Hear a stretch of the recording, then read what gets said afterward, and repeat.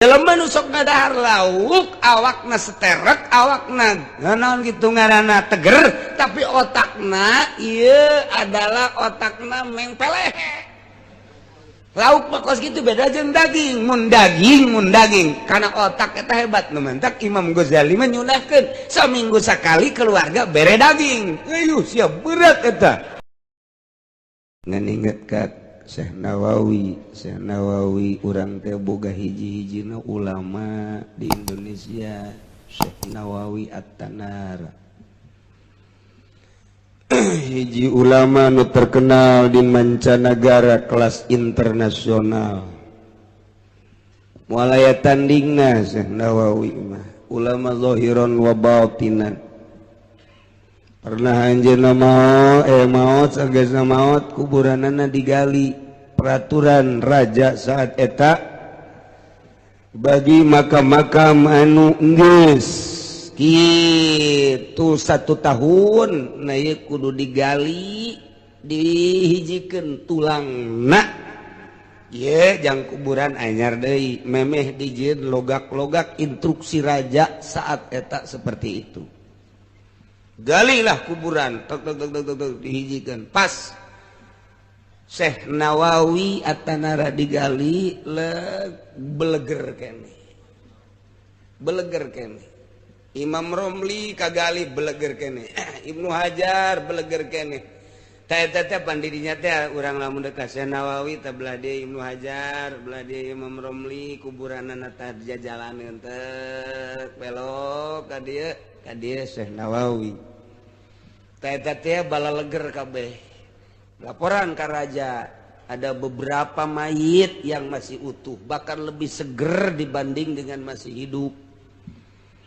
Raja langsung ningali kadinya, begitu ningali cak raja pendem deui bae beusi bahaya dipendem deui maka dicirian saat eta Ibnu Hajar Al-Haytami aya dan kuari beus sareueuh deui baheula Romli kemudian belah dituna Syekh Nawawi jeung loba-loba deui nu sejen-sejen adu balaleger dikubur deui di dieu. Ieu keur carita di antarana Syekh Nawawi Tanara.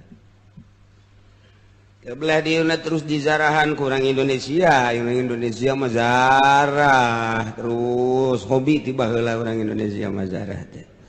Nu zarah bener, nu zarah teu bener sarua bae. Sebab nu zarah bener mah tuh jadi itibar oh aing gerek maot. Kirim doa oge bisa zarah bener gini. Nu zarah itu bener minta info nu keluar hoi eta kos gitu tebalener. Nah ya Syekh Nawawi kebelah dieuna pas erek dibangun tol otomatis pas kaluhureun kuburan Syekh Nawawi diderot di mimiti tidieu ka jauh kena aman masalah berbagai kuburan nu lain mah aman bae pas datang ka makam Syekh Nawawi bletrok potong beko dokot deui nu anyar pas pelebad bletrok deui potong didatang ka 11 beko potong kabeh lain lalagaan nu terakhir nu kabeh memuriang dan nu kabeh memuriang ieu operatorna supirna maruriang kabeh parah nu terakhir mah malah datang ka maot nu terakhir sekali nu memaksakeun nu ka 11 bletrok nyanana dibawa ke rumah sakit maot kisah nyata ieu mah Syekh Nawawi oh cak Raja Pahad teman di zaman Raja Pahad makam siapa yang menceritakan Syekh Nawawi diceritakan gitu oh ceritakan sejarah nanti baheula-baheula gitu udah pengkolkeun ku ari mah tu jalanna mengkol ka dieu ieu makam ieu jalan tol tak ka dieu teh set ada urang mun jarah di dieu pas tembok pas tembok sekali-sekali ke Mekah tuh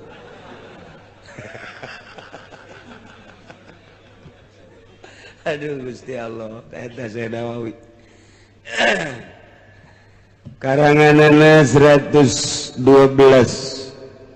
anu eta geus tercetak nu masih encan tercetak masih puluhan kitab kene encan tercetak kitab Syekh Nawawi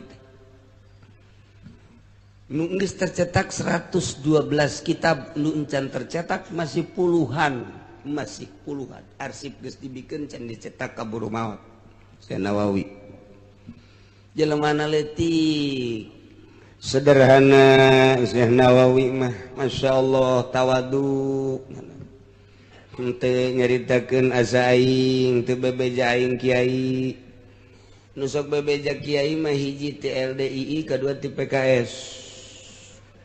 Mah terus terang we, sebab dihareupeun kula ge bebeja nyana.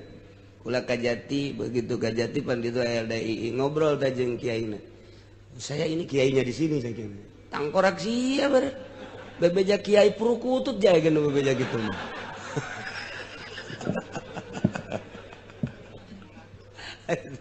Kedua orang PKS kumpul di mata ngomong menyaritakeun nyana PKS balah DPR PKS di ditu di Kulon. Betul beres nyaritakeun saya kiai PKS.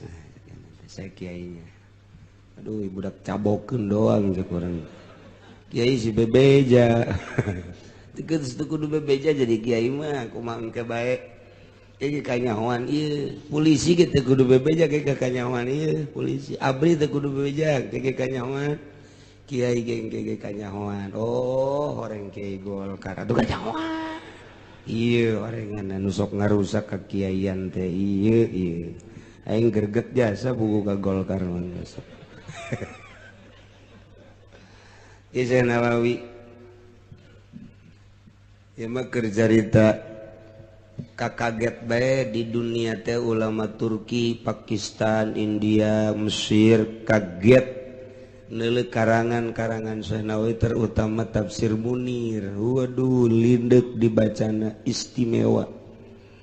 Begitu ia dibaca ku ulama Mesir kaget nyana di suratan da Syekh Nawawi teh.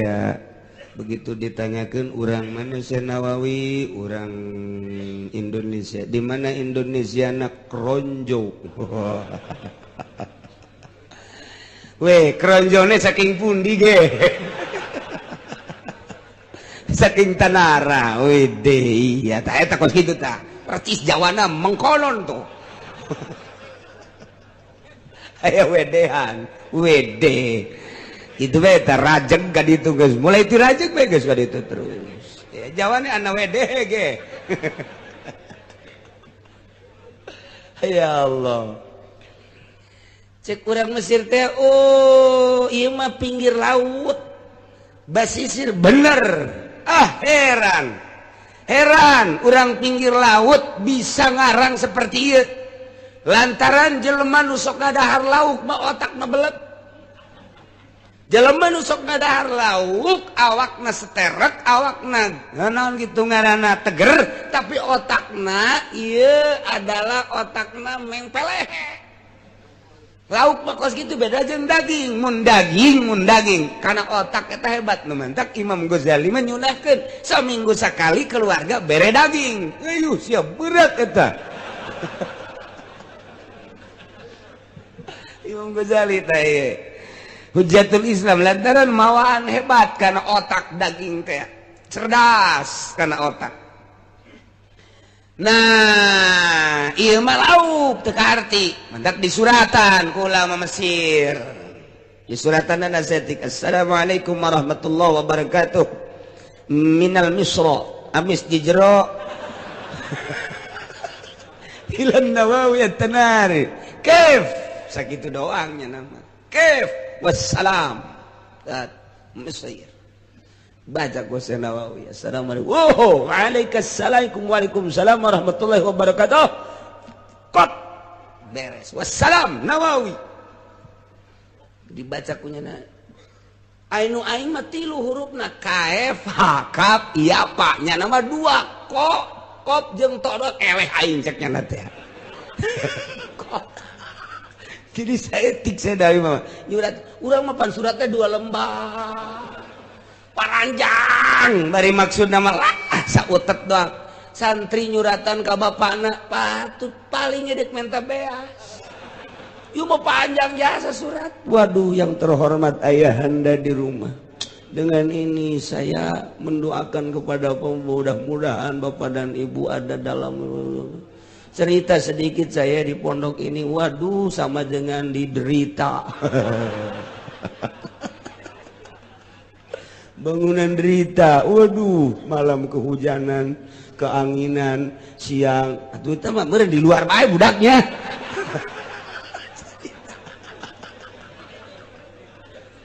Hitung-hitung nangan seetik doang. Tidak ada lain. Terakhir minta beras, bah. Ya Allah, jak bapak nanti tak tadi bae tuh. Panjang teuing teh surat teh panjang teuing. Panjang teuing. Kok ai surat cinta mah panjang wajar. Cinta mah panjang teh wajar surat cinta. Berlayang tak bersayap, berjalan tak berkaki. Kamang-mang ya.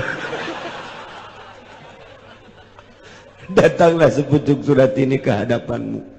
Di tengah malam yang sunyi aku buat surat ini. Disertai dengan suara cecak. Ya. Dan lain sebagainya. Tetapi aku ingin mengutarakan isi hatiku, tetapi tidak sampai. Nanti saja besok bersambung. Teu bisa. Nek nyebutin aku cinta padamu teu bisa. Mesti ditolak. Eta baheula mah, baheula kosnya kuari mah SMS. Aku cinta padamu. Beres, Inggris. Beda baheula jeung kuari. Nah, ieu keur carita surat panjang teuing eusi nama eueuhna naonan teu bagus teh ceuk ahli bilagang. Eta mah sarua jeung ngariung ti jam 7 datang ka jam 12 berkat teh meunang cauh hansip doang. Aduh capek gawe teh gawe. Eta teu bagus tata, teu bagus ieu mah keur carita nu hayang berkat. Keur carita ieu mah keur carita nu hayang berkat. Ai kieu mah ngariung jam sabaraha? Bada Isya, geus datang ka dinya. Langsung bae geus, langsung beres. Amin amin. Geus bae bubar bae. Masyaallah berkatna katuhu kenca. Datang ka potong. Eta hebat eta nu kitu singkat padat geus pokona. Aduh, kuari mangariung kudu tausiah, ada tausiah. Capek aing mah tausiah. Mending mun lobaan. Ngariung 7 na aya 15 dan mah tausiah. Deuk nausiahan saha ieu? Teu bararagus zaman gua teh kos garar itu mah lulu. Nah, eta Syekh Nawawi teh kos kitu. Jadi berarti dipakai keheran, keaneh ku ulama-ulama internasional dipertanyakan kok pinter amat dianggap ngadahar lauk. Pengertian kaya patea kunaon bisa pinter padahal cicing di sisi laut, sedangkan di sisi laut makan loba lauk pasti bae ngadahar lauk, sedangkan nu ngadahar lauk biasana otakna koyod. Kok ieu mah jadi pinter tak kaya patea kitu eusina.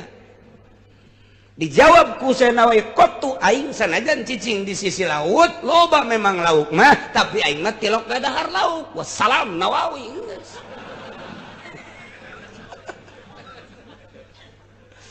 Ya Allah, tak aya beti Syekh Nawawi mah jampe pantang lauk. Mun santri belet otakna ku kiai dibere baheula mah aya wiridna Allahumma ya aliyu Allahumma alimni ya alimu alimni ila kaza wa ya mubinu baini ila kaza wa ya kabiru wa ya kabiru kabirni ila kaza dan seterusnya eta teh jampe paranti pantang laut pantang laut 40 poe ulah ngadahar laut meunang ngala ai meuli mah di warung los. Coba teh akur-akur aya burung. Ulah ngadahar laut. Eta kae santri. Ngadahar ai ka kiai na bareng 5an. Ai nu 4an mah biasa teu ngadahar nu saurang ngadahar. Pan sia ngadahar lauk. Emang teu patang aing. Pan sia ngadahar. Teu meunang nang sorangan. Nang batur-batur teh naon. Sia kos-kos dalilna dina Al-Qur'an. Mana? Tuh.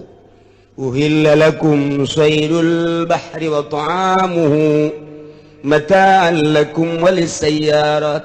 Meunang nu halal nu keur ihram ngadahar lauk mah meunang.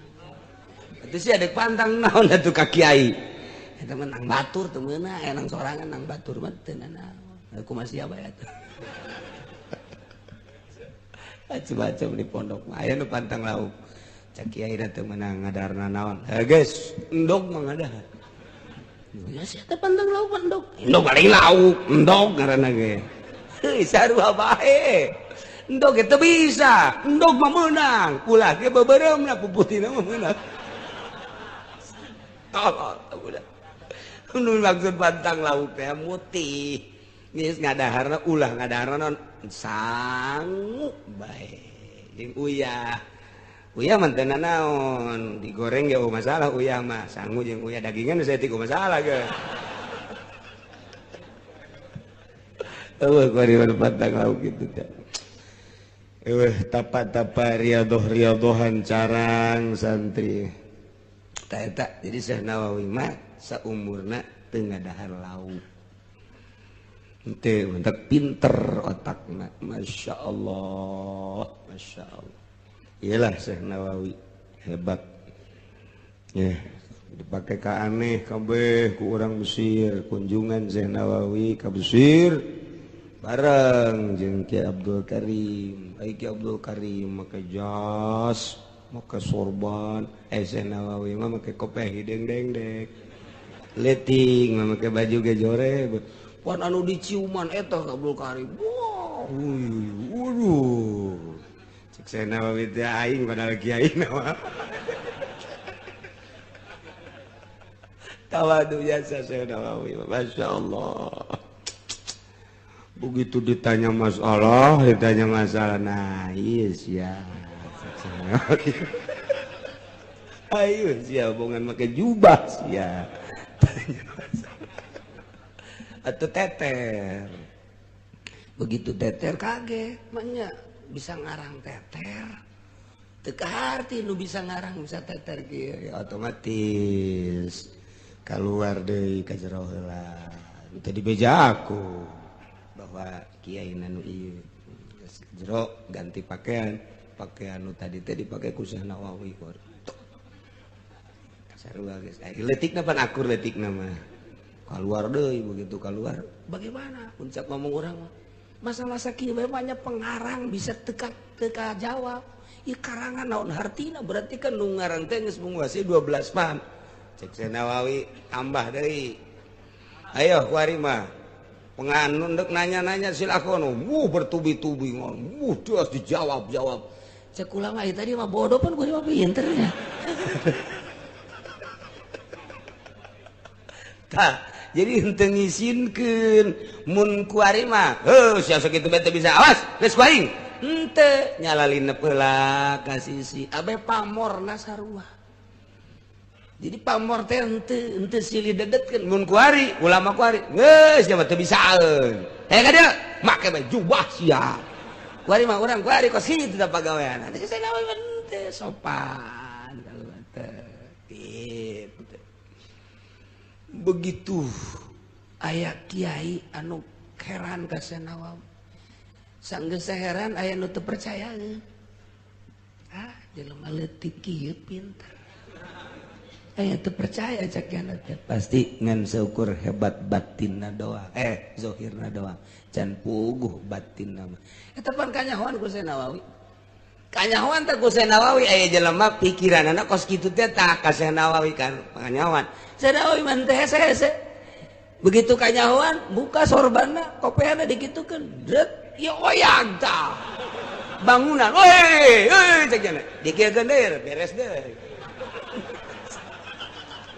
cak kudu dijawab tuh menang sambarangan kopea dengdek milu dengdek bangunan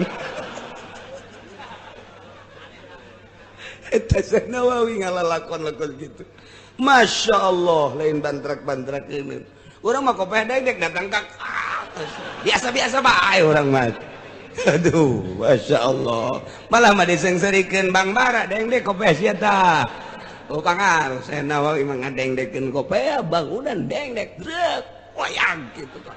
Woi, kieu kan deui rapih deui. Geus.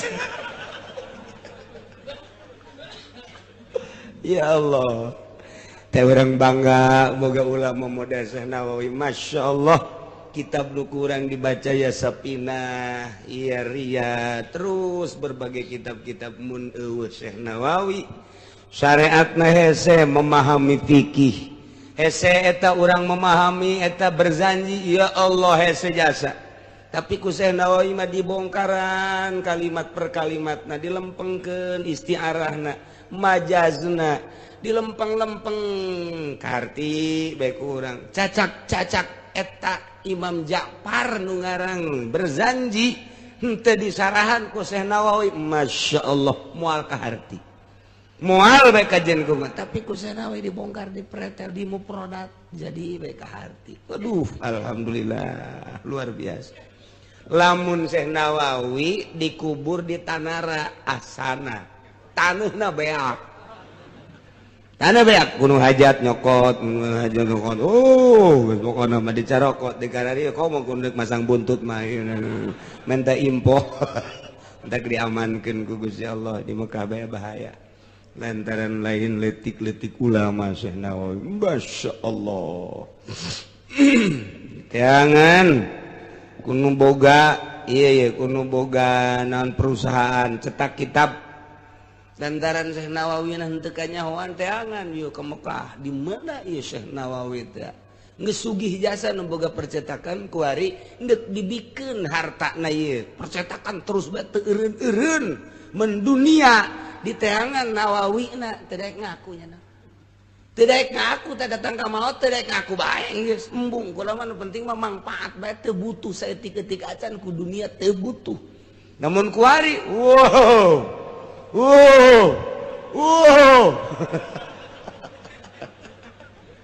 kudu nyetak ge hayang eta, hayang kebeli Mio, kebeli Avanza, hayang kebeli Innova, justru cetak-cetakan teh kos kitu malah dihandapna laya juzu tobu bigori izni. Oh, bigori izni anu nakilihi teu meunang.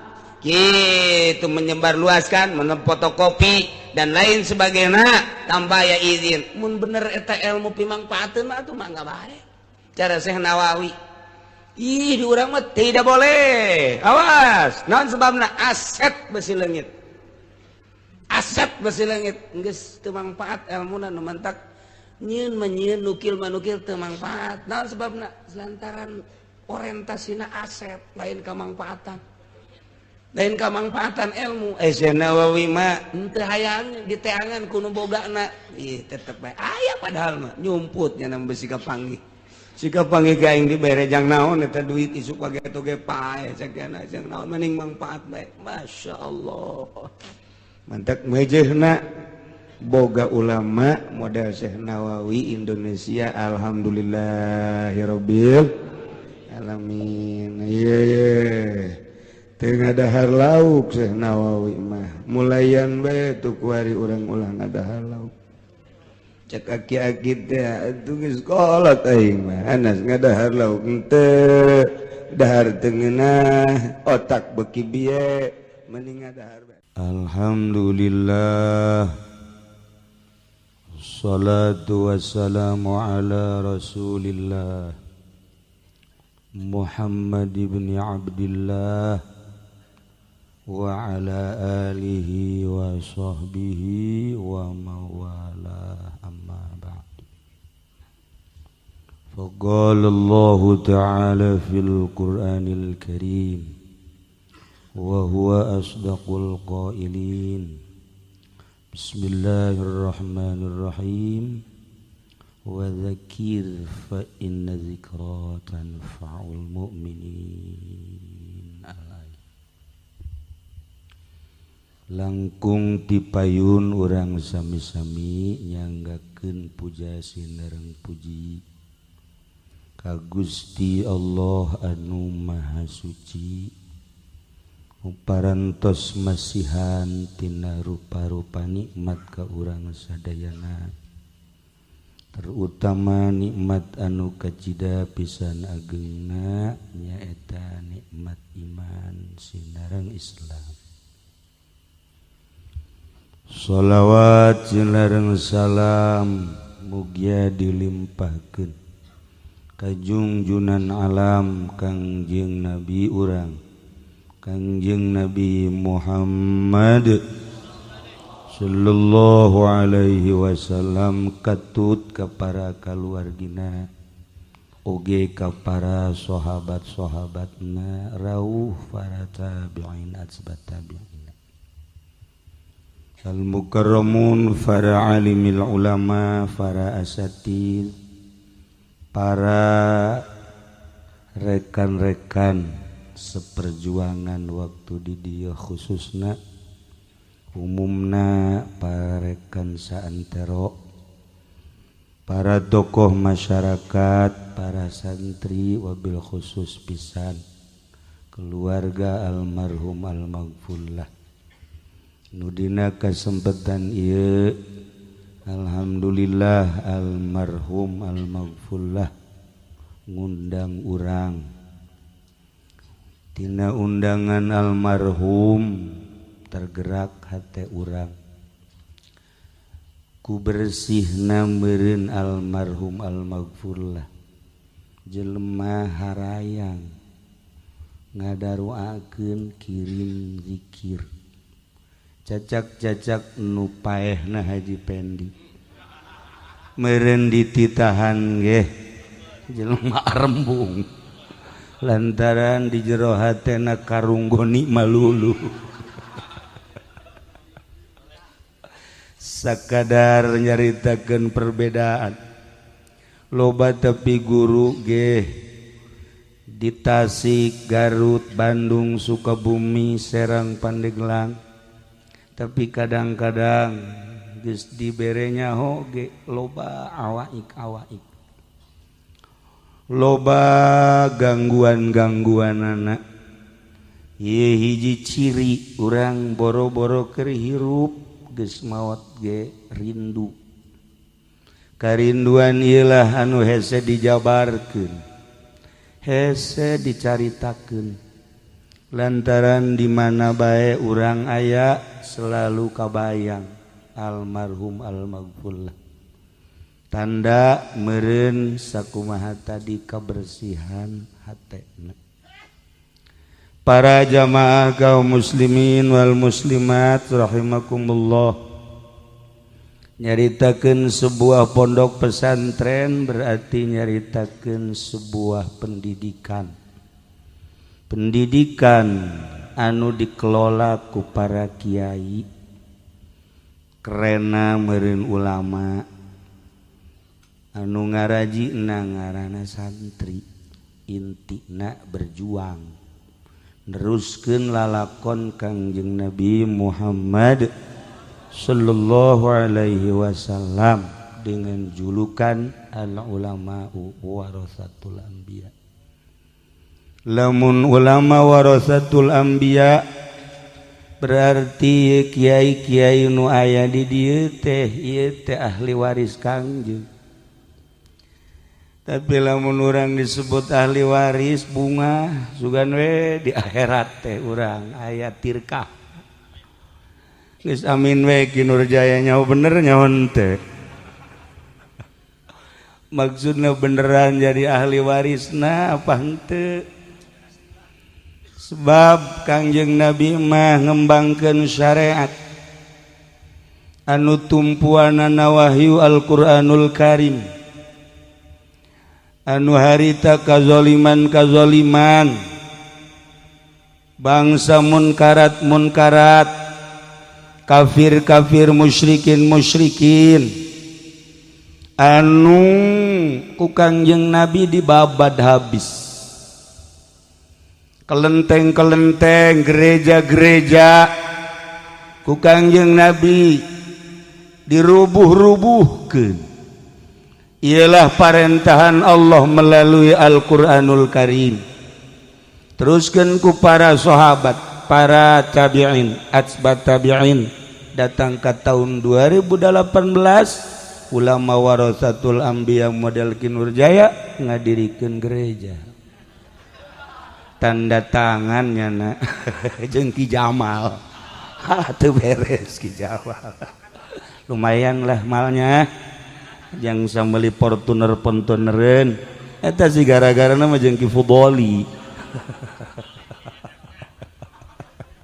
hancur jai atuh mana warasatul anbiya Lamun Kangjeng Nabi ngalempeng-lempeng di zaman harita ulah aya nu belok-belok sehingga naon bae musyrikin yen gerakan teu akur jeung Al-Qur'an babad habis. Teu akur jeung Al-Qur'an rindes taruhanana nyawa perang berjuang Kangjeng Nabi melalui perang salila hirup Kangjeng Nabi teh lain leha-leha. Di Mekah geus puguh Kangjeng Nabi teh dihina dicaci maki. Nu ngaran diciduhan mah geus teu aneh. Bahkan rek dibunuh Kangjeng teh. Allah ngainstruksikeun hijrah ka Madinah, sugan teh di Madinah teh rek nyantai, horenganan perang. Barang Ki Jamal balik dicaringin Ki Fudoli, Ki Nurjaya, ya Karim ganti mobilnya sering biasa. Jadi berjuang. Kos gitu ya. Oh masalah sih Ji, biasa bae sih. Oh masalah tuh. Tuh kan, atuh barisnya nama karitu sarua. Para jamaah kaum muslimin wal muslimat rahimakumullah. Kebenaran orang hirup di Indonesia anu karuhun-karuhun orang baheula teh diseret, karuhun orang teh dibunuh, carita murtil, carita hijrah, carita disiksa ku Belanda masih terngiang-ngiang diceli urang teh. Alhamdulillah urang ayeuna merdeka berkat karuhun-karuhun urang, nikmat urang mengisi kemerdekaan di negeri tercinta Indonesia. Malah alhamdulillah segala kaistana eta ge salah satu kemajuan, salah satu keistimewaan bahwa ulama diterima di tengah-tengah negara Indonesia. Jaki Nurjaya ge meureun hayangeun diondang ka istana ngan tadi teh atuh naon deuleueuna urang istana kanyana. Sapira mencitan sapi nya nama kitu ge loba anu henteu bener babelianana. Para jamaah kaum muslimin wal muslimat rahimakumullah, di zaman Belanda sebelum merdeka pesantren tetap jaya, pesantren tetap eksis.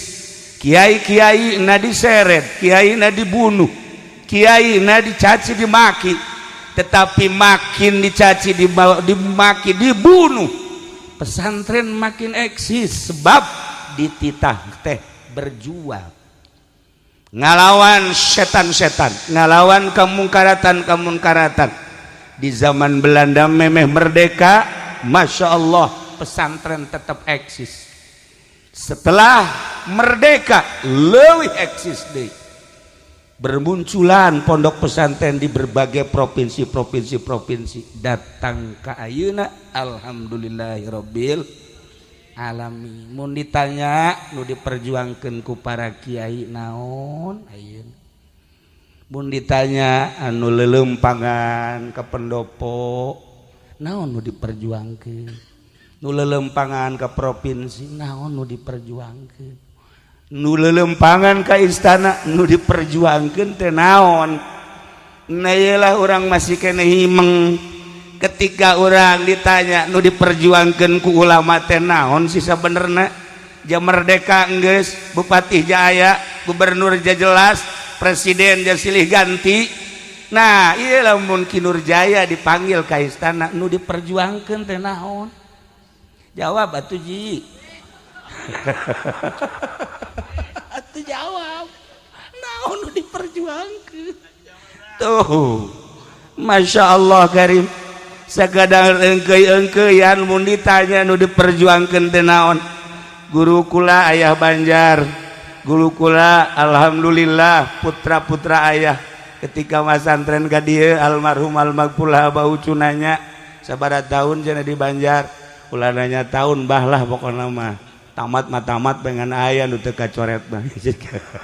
Cak abah kunaon teh di ditu ngaji ka dieu di dieu ge nang di ditu cek itu lain deui bah hayang neuleuh beungeut abah bae ih sia mah lalagaan kula jeung almarhum. Nah ayah Banjar teh istimewa Kemudian kabelah dia ka Mama Bakri sangat istimewa. Komo ka gentur ka keresek. Mama keresek mun urang kuari ngaju jamul jawame di Mama Syujai hadiahna ka Mama keresek. Urang ngaji ukudul juman syamsiah hadiahna ka Mama keresek. Mama Nahrawi teh lain lalagaan ojol ngaji jeung Mama Syatibi. Mama Syatibi boga ukudul juman, Mama keresek boga syamsiah. Tidinya ieu urang ojol lah ngaji duaan, nu ieu ngawurukan syamsiah, nu ieu ngaji ukudul juman. Duanana jadi kiai ngebeledug di Jawa Barat. Ai Ki Nurjaya jeung Ki Jamal, jangan mah ojol Fortuner. Lain ojol ngaji mah geus bisa lah cenah mending ieu beda ya Karim. Urang nyaritakeun guru-guru urang di dieu di Sekong, Masya Allah lamun ngobrol teu kaharti kula osok nelaah mun ngobrol teh ya Karim teu kaharti. Tapi lamun ngaji Masya Allah capetang mah luar biasa. Be galak gap gelep gep. Tapi lamun ngobrol teu kaharti. Tapi kuari makin Jamal malah mun ngobrol capetang. Mun ngaji teu kaharti. Teu Ki Nurjaya mah leuwih tah mah. Ieu mah sakadar nyaritakeun luar biasa guru-guru urang. Ulah malam Salasa sok ngaji ka Abuya jeung Ki Nur Hasan almarhum, Ki Subandi Ceret jeung Kiai hiji deui saksa mobil. Ulah harita dibere mobil ku almarhum Abah jeung paranti ngaji. Ngaji teh datang ka ditu teh Masya Allah luar biasa. Ngaji Bukhari, ngaji naon kitu ngaranna ukudul juman. Dicoret terus kadang-kadang surahna teu akur jeung nu dibaca. Buya mah nu dibaca eta surahna nya nama nyarekanan Haji Jamal. Eta kan itu Buya mah. Salah satu keistimewaan Abuya anu kula katangkep harita begitu kula zarah ka Gentur, kula masantren di Picung di Aang Baden. Aya Abuya kaler disebutna nya nama ngaharamkeun make cincin lantaran narik-narik kadaria. Pernah kula ngadatangan ngobrol ja akrab. Ai sakadar narik-narik kadaria mah meureun urusanana batin. Urusan haram, urusan zahir, pangjelas nyarekan ka kula. Teu terus atuh nya nama kolot kula babudak. Teu terus. Akhirnya dek nanya ke Abuya make cincin teh haram apa halal sih nu sabenerna. Malam Salasa harita Abuya make cincin di dia opat haju nyurahna kikieuan bae mun aya Haji Jamal dipentas jana teh cincin. Gitulah ahli-ahli batin ngahukuman terhadap murid-muridna. Aya urang rangkas ngaji meureun harita rada kaseleran ku orang Bogor rada ngaharamkeun speaker. Atuh sababaraha minggu surahna speaker beta Abuya can kahartieun beureun ku kiai teh datang amarah ih jama sababaraha kali ge teu kaharti bae cek eta. Ta etalah ahli batin mah seperti kos kitu. Mun harita Ki Nurjaya milu ngaji jeung kula asana dicarekanan bae unggal minggu nyana ku Abuya. Sebab ieu mah wajahna lain wajah kiai cek cenah ieu mah wajah kebo.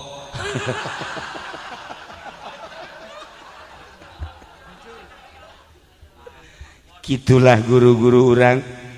Kadieulah alhamdulillah sangat piawai. Kula sering lalagaan jeung almarhum, sering heureuyan jeung almarhum lantaran meureun ngarasa bahwa kula pernah di Banjar, kemudian almarhum atuh jeung Abah sangat erat. Akrab anu luar biasa kata waduanana nu pohara. Akhirna sanajan kula kitu non budak tapi diajak lalagaan baik terkenanglah di hate ngaguru sanajan sakedeung pinuh ku katawaduan kapiawayan anu luar biasa. Nah iyalah hasil daripada kapiawayan katawaduan almarhum almaghfurlah jelema santri-santri terutama selalu rindu ka anjeunna jang kaca mata urang. Para jamaah kaum muslimin wal muslimat rahimakumullah, ketika orang nyaritakeun perjuangan para ulama, hese orang berjuang di Indonesia yang mantep lantaran berbeda prinsip negara sekuler artina pisah antara agama jeung kahirupan, negara-negara agama-agama, sementara urang anu neruskeun sepak terjang guru urang kabelah dituna Kangjeng Nabi urang Kangjeng Nabi Muhammad sallallahu alaihi wasallam. Kita berjuang ngembangkeun syariat melalui Al-Qur'anul Karim nu ngahiji agama jeung nagara. Atuh datang ka iiraha ge moal kapanggih negara mah sekuler berpisah negara jeung agama lempang masing-masing. Geus perekonomian ge atuh disebutna kapitalis liberal lantaran metode meunang nyieun manusia kumaha ngeunahna manusia, perekonomian kumaha ngeunahna manusia anu dihitung dengan sakadar untung rugi hungkul kabelah dieuna negara sekuler terpisah agama jeung negara. Sementara urang anu diaji ku urang timimiti sapina datang ka takrib riyad fatul muin fatul adam lain sebagainya, ieu adalah syariat mutlak menang ti Al-Qur'anul Karim ngahiji agama jeung negara. Datang ka iraha deuk akur aja moal kajen ku kumaha geus bantak sakumaha tadi guru-guru urang lain teu paham ngan sanggeusna paham horenganan moal ungkulan daripada urang haju hihiberan teu paruguh mendingan cara ricing we khusus ubudiah we ka Gusti Allah. Kitulah sepak terjang guru-guru urang baik di wetan maupun di kulon, sebab berbenturan ketika aya sesuatu anu ku urang rek diperjuangkeun pasti urang melalui negara. Perjuangan agama melalui negara saha anu endek ngabela urang, DPR mana nu neuk ngabela, bupati mana nu neuk ngabela, gubernur mana nu neuk ngabela, sebab prinsipna anu berbeda. Lain berarti haju urang anti ka pamarentah, lain berarti haju urang cul dog tinggal igel, tetapi urang ukur urang mah urang sakikieuna nya namanya sakikituna. Geus atuh meureun mun di duniana beda, di akhiratna ge beda. Pastilah beda. Atuh pasti. Nya mangke jeung Haji Pendi ka Kenca, urang mah kakatuhu. Kitulah para jamaah kaum muslimin wal muslimat rahimakumullah, diperjuangkeun kumaha bae ge lain rek memperjuangkeun agama, lain rek memperjuangkeun syariat lantaran putus perjuangan agama jeung syariat. Setelah ku urang diteliti jeung dikaji, baca ku urang, ngobrol urang, telaah ku urang, moal kapanggih datang ka kumaha oge. Geus sabaraha menteri nu talar Quran, sabaraha gubernur talar Quran, di DPR teh talar Quran, tetapi Quran tinggal Quran lantaran kandas eueuh nu rek memperjuangkeun agama di Indonesia. Hanya ieu nu memperjuangkeun agama. Innalillahi ibadan sayyidina Gusti Allah ngabogaan hamba-hamba anu hamba-hamba eta berbeda jeung nu sejen nya nama anu selalu diciptakeun ku Gusti Allah teh jang hadaman Allah, anu diciptakeun ku Gusti Allah teh jang cinta ka Allah, anu diciptakeun ku Gusti Allah teh jang bener-bener rindu ka Gusti Allah, anu diciptakeun ku Gusti Allah teh jang tingalieun umat bahwa nyana adalah bener-bener memperjuangkan Allah di tengah-tengah jelema, tengah-tengah masyarakat, tengah-tengah negara anu keur teu memperjuangkan agama tapi cul bae. Ya Allah, aya Kiai Haji Jamal memperjuangkan agama jeung Ki Fudoli unggal peuting beda-beda panggung. Sugan teh perjuangan agama horenganan ganti mobil. Masalah siji biasa bae sih. Alhamdulillahirabbil alamin ku sakitu ge geus luar biasa. Nah iyalah para jamaah jang sakadar gambaran jang sakadar gambaran oh gitu horenganan manta kaju Mama Bakri cicing Ayah Banjar cicing Mama Syatibi cicing Abuya lain teu paham haju cicing di dieu almarhum almaghfurlah haju cicing Abah almarhum teh keur mah aya tetesan-tetesan kenegaraan tapi haju kabelah diana cicing haju ki Nurjaya ge cicing na mah odop saudara lain teu jaho nya seperti eta jang sekadar skema gambaran yuk urang berjuang melalui pondok pesantren pendidikan agama anu dilanjut ku para kiai-kiai anu terus tiba heula datang ka ayeuna encan pernah putus di Indonesia urang bersyukur alhamdulillahirabbil alamin. Nah lamun urang ngadengekeun tadi naon kitu ngaranna alunan suara Kiai Badus Salam mun tadi nyaho kitu mah duetkeun jeung Haji Pendi gula hayang nyaho duet kitu tah kumaha coba reaksina nyada di jalan ge geus ngomong bae geus Badus Salam bejaan duetkeun cek kula teh lain diduetkeun adukeun habak suara eta sangat mendukung ketika urang maca Quran tambah ku makharijul huruf ditambah ku seni-senina geus jelas Kangjeng Nabi nitah abeh urang teh betah maca Quran teh urang ngadengekeun Kiai Badus Salam Kiai Rajib jeung nu sejenna abet teh betah coba ngadenge si eta coba ya 5 menit bae asana peureup daratang mah aya nu ngeunaheun ngajina aya nu ngeunaheun cicingna nah isi mah ngeunaheun cicing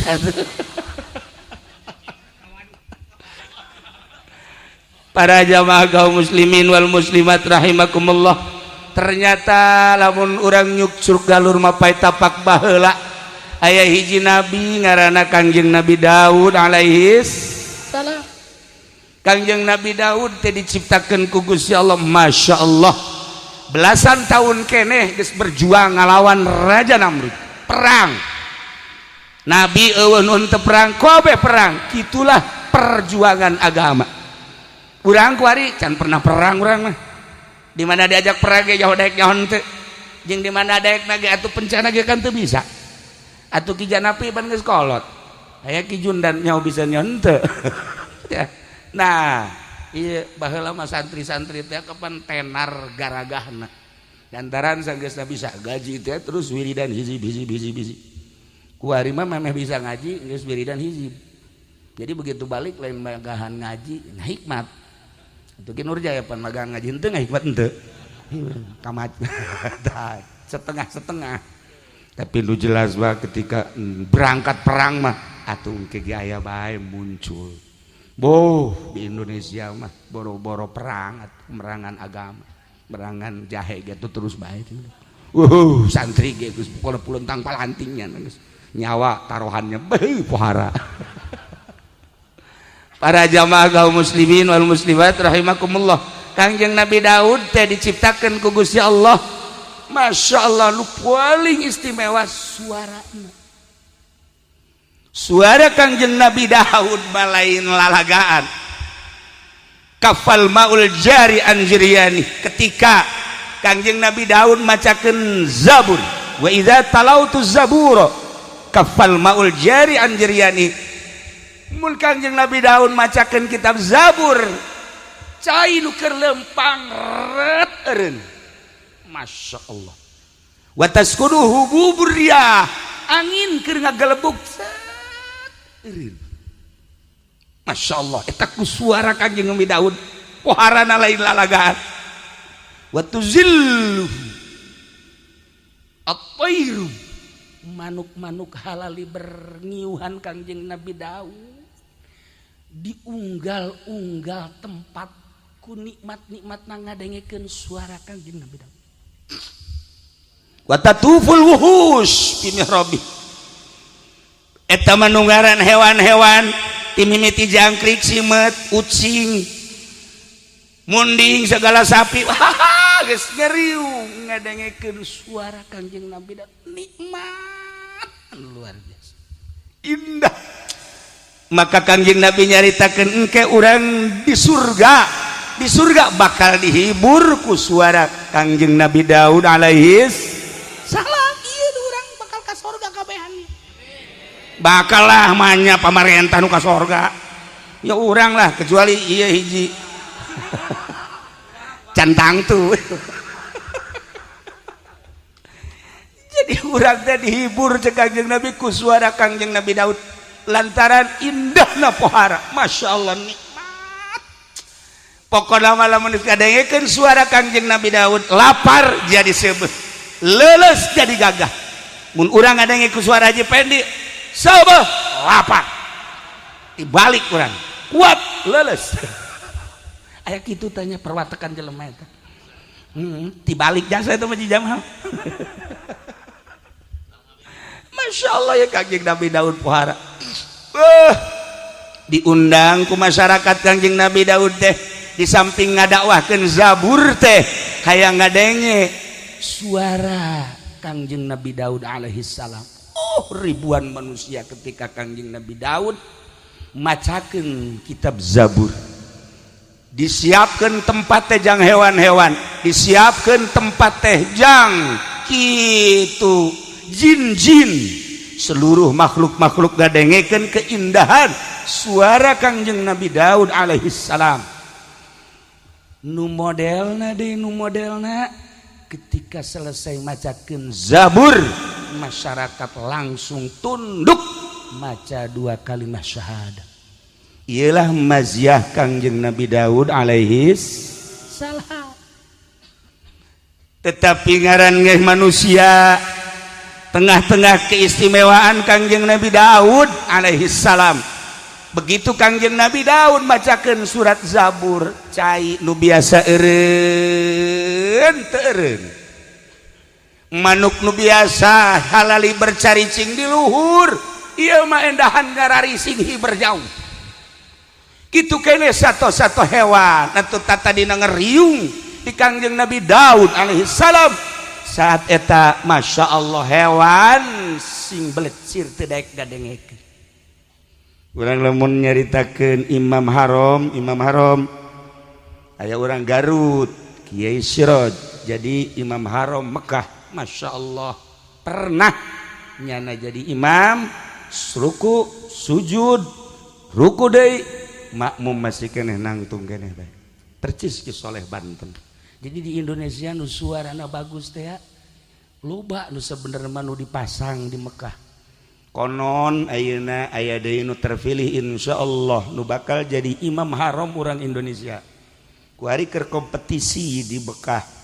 Tina suara, makharijul huruf, lagam dan lain sebagainya.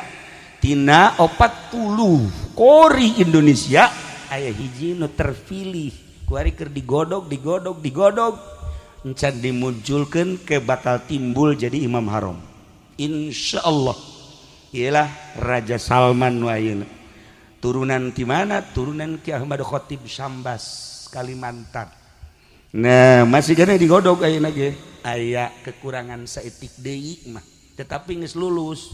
Jadi nilaina kudu 90,100. Nah, ieu nilaina 89. Kurang hiji. Nah, hai Ki Jamal nilaina teh nya nama teu kudu 100, menang 30 bae ge lulus. Tapi menang 3 doang. Teu lulus. Kudu diduetkeun jeung Ki Nurjaya. Di luhur kebo tapi.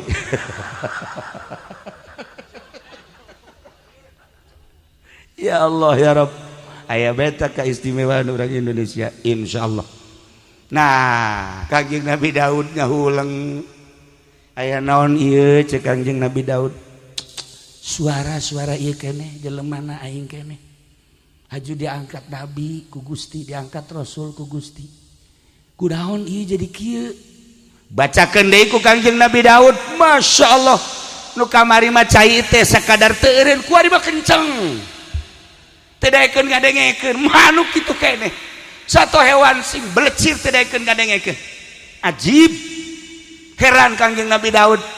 Saminggu manehanana tadarru ka Gusti Allah, tahazzun wa tahassur. Ya Allah ya Rabb, aya naon ieu teh terus Kangjeng Nabi Daud macakeun deui lain makin mantap tetapi makin ditaringgalkeun jelema geus teu dangarekeun ngadengekeun nu tadina diondang nyana ku masyarakat ku ari mah geus eueuh nu ngondang nu tadina ketika nyana macakeun masyarakat ya Allah ngeunaheunana ku ari mah Daud jeudeuh maca Zabur mah baca bae kula balik heula percis ku saji pede mah maca nyana pernah terjadi mah maca nu boga imah na ge indit atuh parah aja sampean mah biasana makan mustame doang nu indit ieu nu boga imah na ge indit geus teu ngurusan tah mah geus teu ngurusan parah nah aya naon tu terjadi akhirna badahanana ceurik ka Gusti Allah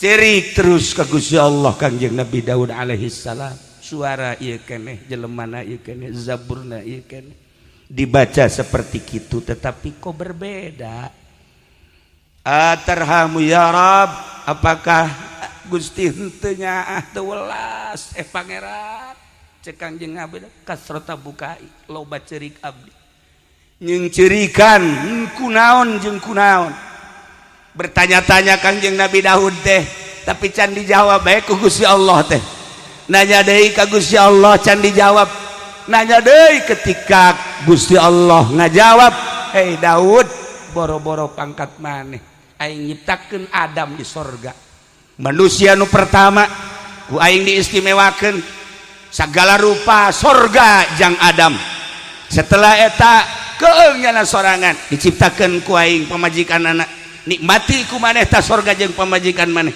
asal ulah maksiat sia ka aing cek Gusti Allah ketika Kangjeng Nabi Adam menikmati segala rupa di sorga digodalah ku setan maksiatlah menurut zohirna Kangjeng Nabi Adam Kangjeng Nabi Adam dikutuk ku Gusti Allah turun sia Adam keluar sia ti sorga Adam bawa pamajikan sia ulah mawa sahlaipun pakaian sorga lain milik maneh mahkota-mahkota sorga tenden di sorga maneh turun ke hadap sataranjang sebab maneh geus teu nurut ka aing cak Gusti Allah turunlah Kangjeng Nabi Adam tah Daud Adam nu sakitu istimewana turun atuh komo sia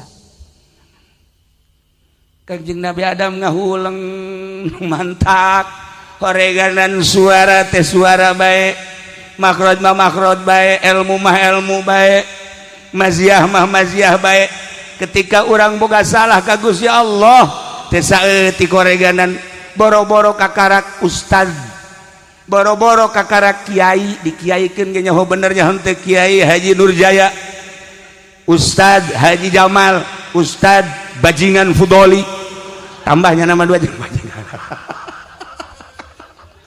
eta kakarak ustad kiai sakitu geus jadi mama ge Masya Allah karim maziah tinggal maziah sinar ilmu dicabut ku Gusti Allah eueuhna naonan sakumaha tadi majelis sakitu gedena pasantren sakitu agrengna tetapi maziah dicabut ku Gusti Allah percis kos dicabutna maziah suara nu aya di Kangjeng Nabi Daud alaihi salam langsung Kangjeng Nabi Daud ceurik ka Gusti Allah cek Gusti Allah maneh kunaon inget ka kaulangan sakadar inget hungkul teu inget kada dosa jeung kasalahan anjeun aing mah teu kudu diinget-inget sia inget bae komo aing teu diinget ge aing mah inget bae ka sia tuh Gusti Allah ge geus pohara ka Kangjeng Nabi Daud ingetkeun dosa nu terjadi di diri maneh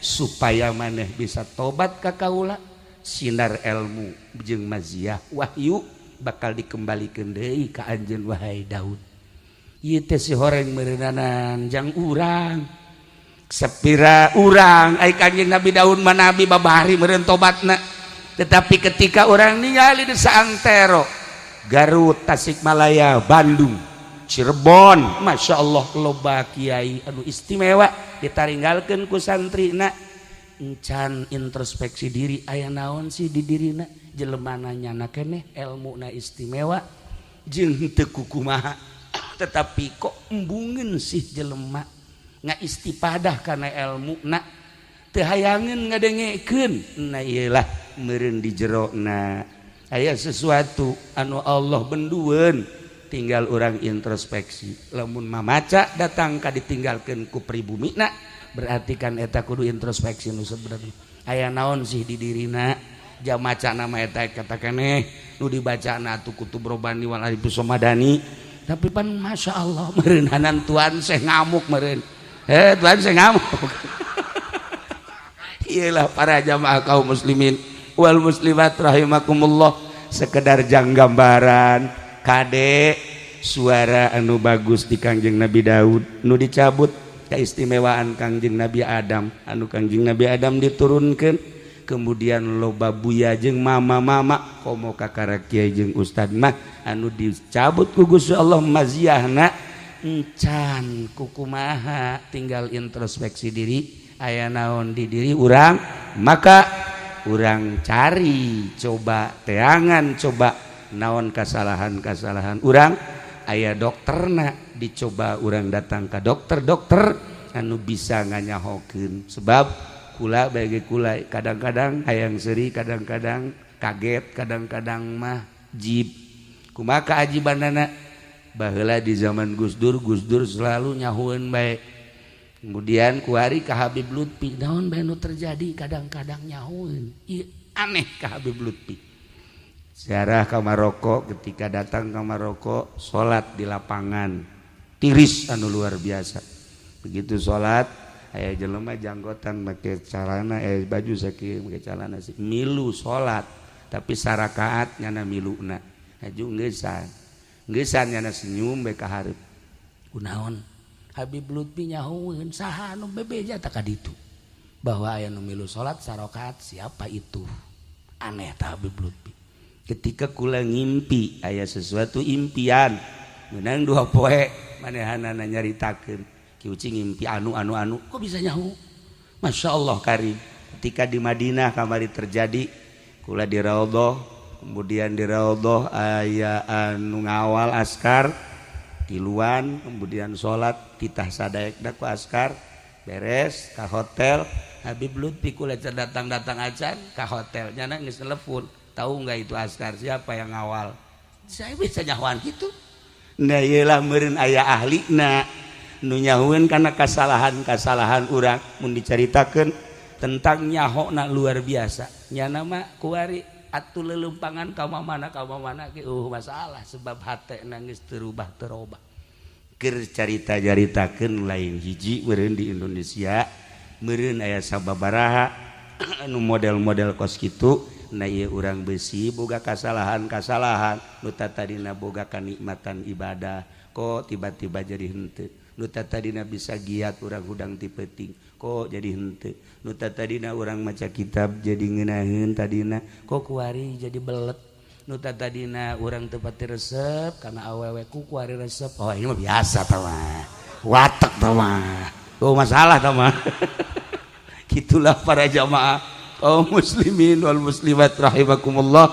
sebagai gambaran sebab ieu teh ya ngan urang nu memperjuangkeun agama hartida urang teh kelas-kelas salafi nu sejen ngan sakadar caritaanana hungkul agama teh kabelah ditu geus lain agama sakumaha skemana tadi gambaran kekandasan berjuang di Indonesia lantaran berbeda prinsip antara urang anu nyekelan salafi nu bener-bener urang memurnikeun syariat Al-Qur'anul Karim lalagaan ge lah lumayan gitu ke jamalnya kita urang lalagaan we heulanan tapi lumayan urang aya di koridor eta dibanding jeung batur nu geus ngalengkahna luar daripada koridor eta tinggal urang diperbaiki besi aya kekurangan kejanggalan lain berarti haju urang silih tujah urang silih beresan silih rapihan silih nasehatan abeh urang mararaju kabehan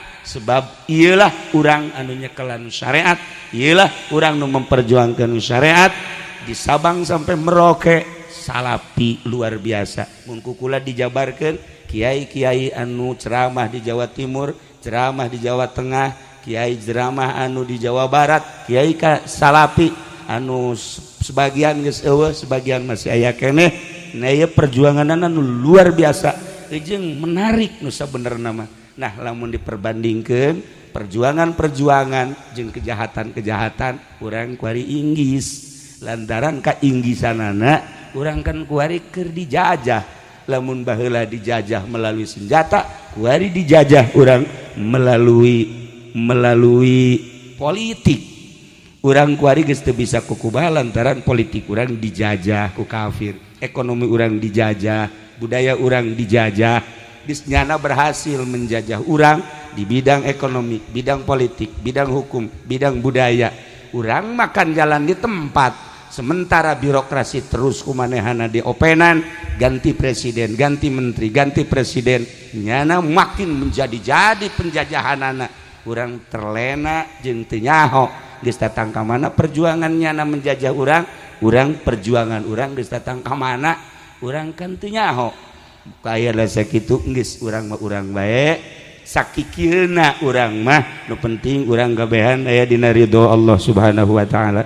Terakhir urang cinta jasa ka almarhum almaghfurlah yu urang doakeun abeh doana babalik ka urang mudah-mudahan guru urang dihampura sakabeh dosana dilegakeun di kuburanana dicaangkeun di kuburanana dibere kanikmatan kubur ku Gusti Allah tur anjeunna ngadoakeun ka urang mudah-mudahan urang disinaran ku Allah melalui doa almarhum almaghfurlah sehingga kesalahan-kesalahan urang bisa dileungitkeun ku Gusti Allah jadi cerdas otak urang cerdas dina ilmu cerdas dina ibadah kablah dituna mah urang jadi ma'rifatullah wa rasuluh. Amin ya robbal alamin. Guru-guru orang di dia khususnya orang doakan mudah-mudahan diberi tawakal jeung kasabaran tur kekuatan sehingga eueuh deui di Kabupaten Tangerang dik masantrenkeun ka mana iwal ti ka dieu jang Fatul Muin mah nu sejen-sejen ge aya sarua mudah-mudahan orang doakeun pada kararuat deui.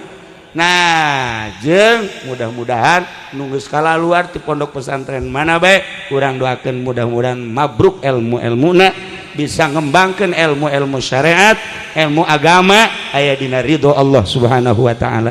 Sakitu pihatur teu simkuring hapunten tina samudaya kalepatan sareng kakiranganana urang silih doakeun kula ngadoakeun kula doakeun atuh ieu rewang-rewang kula nu mantak wani ge Kaki Nurjaya atuh Kaki Toib sakiniki Jamal sering kapanggih komo atuh Ki Fudoli mah mah geus jadi alo kula kemudian atuh malam Salasa kaparanggih bae ieu mah nu ieu mah Wahab sagala si Zainuddin Ki Badu Salam malam Jumat gitu keneh padahal mah diulah-ulah Ki Wahab geus teu kudu ngaji ka kula jeung mah kolot jeung lah teu sabara lengkah deui ngeuna mah kan